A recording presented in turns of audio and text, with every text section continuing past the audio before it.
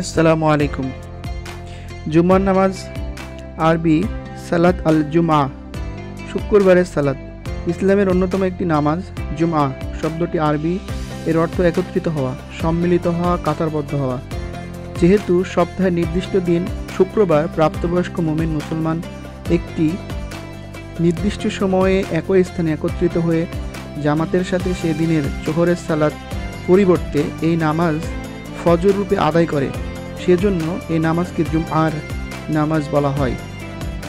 সময় একই হলেও জোহরের সালাতে জুমার নামাজের নিয়মগত কিছু পার্থক্য রয়েছে।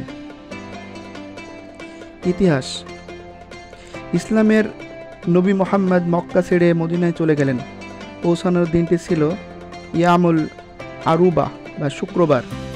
সেদিন তিনি বনি সালেম গোত্রের উপত্যকায় গেলে জোহর নামাজের সময় হয়। সেখানে তিনি জোহর নামাজের পরিবর্তে জুমআর আদায় করেন। এটাই ইতিহাসের প্রথম জুমার নামাজ, তবে আনুষ্ঠানিক সূচনা হয় আরও পরে। মুহাম্মাদের মদিনায় যাওয়ার পর এবং জুমার নামাজ ফরজ হওয়ার আগে একবার মদিনার আনসার সাহাবীরা আলোচনায় বসেন। তারা বললেন, ইহুদিদের জন্য সপ্তাহে একটি নির্দিষ্ট দিন রয়েছে যেদিন তারা সবাই একত্রিত হয়। নাসারারাও এই সপ্তাহে একদিন একত্রিত হয়।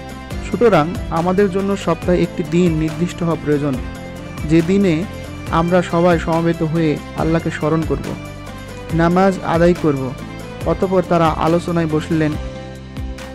শনিবার ইহুদিদের আর রবিবার নাসরাদের জন্য নির্ধারিত। অবশেষে তারা ইয়ামুল আরুবা শুক্রবারকে গ্রহণ করলেন এবং তারাই এদিনকে জুমার দিন নামক নামকরণ করলেন।